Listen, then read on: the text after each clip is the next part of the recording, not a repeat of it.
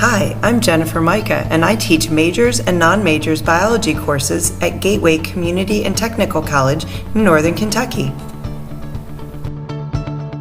And I'm Paul Schember. I teach 8th grade science at Norwood Middle School in Norwood, Ohio. We participated in the Research Experience for Teachers program at the University of Cincinnati, funded by the National Science Foundation and in collaboration with the Metropolitan Sewer District of Greater Cincinnati.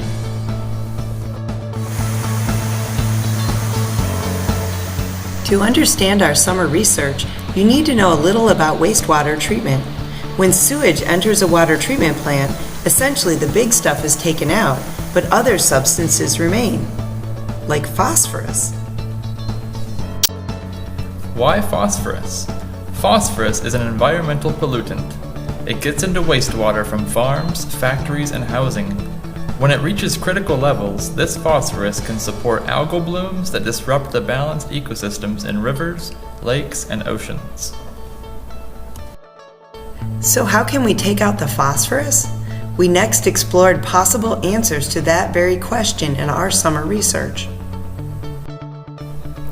In my part of the project, I tested the feasibility of adsorbing phosphorus onto pellets made of magnesium carbonate. Magnesium carbonate will chemically bind to phosphorus, so as the wastewater flows past, through, and around a group of pellets, the phosphorus is pulled away and sticks to them. Phosphorus can also be recovered from these pellets, so farmers might be able to use it in the future as an economical fertilizer. I evaluated phosphorus retention by a simulated membrane bioreactor. Basically, a semi-permeable membrane is used to remove the living biomass from the sample. I found that the membrane removed over 94% of the phosphorus, leaving clean water. This fits with another one of Paul's discoveries, that some of the phosphorus left his sample even without pellets because it was probably taken up by that living biomass.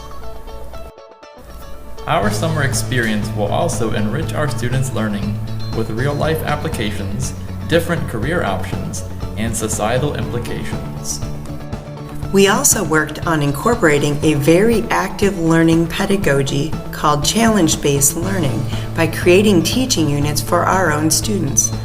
We used the engineering design process to guide the challenge design. In my 8th grade science classes, my students will learn about the phosphorus problem as I work through a challenge-based learning unit based on minimizing erosion, which is one of the earth science standards that I teach. The big idea of erosion control will be introduced with a gallery walk and a sandcastle relay race. Some interactive labs will add content knowledge, and the challenge will require students to design a model farm that can withstand the eroding force of a simulated rainstorm. The fertilizer from farm runoff is a large contributor to phosphorus in our water, so this challenge has natural ties to our summer research. I teach first-year college biology majors at Gateway College, so I plan to introduce my students to my summer research through biodiversity and ecology. The big idea is that every living organism needs water for life. I'll introduce this big idea by having my students see the diversity of life in a drop of pond water. My students will then design their own membrane bioreactor to remove a pollutant that they can detect in our lab, and they'll do this by choosing living organisms to remove it from the water. They'll let their bioreactor run for a week, and then they'll remove the living material by membrane filtration to collect water samples. Finally, they'll analyze and present their results along with a proposed refinement showing the iteration to improve the process as an advertisement for their own bioreactor. If you want to know more about challenge-based learning, or the engineering design process, or how to get started with either, contact us.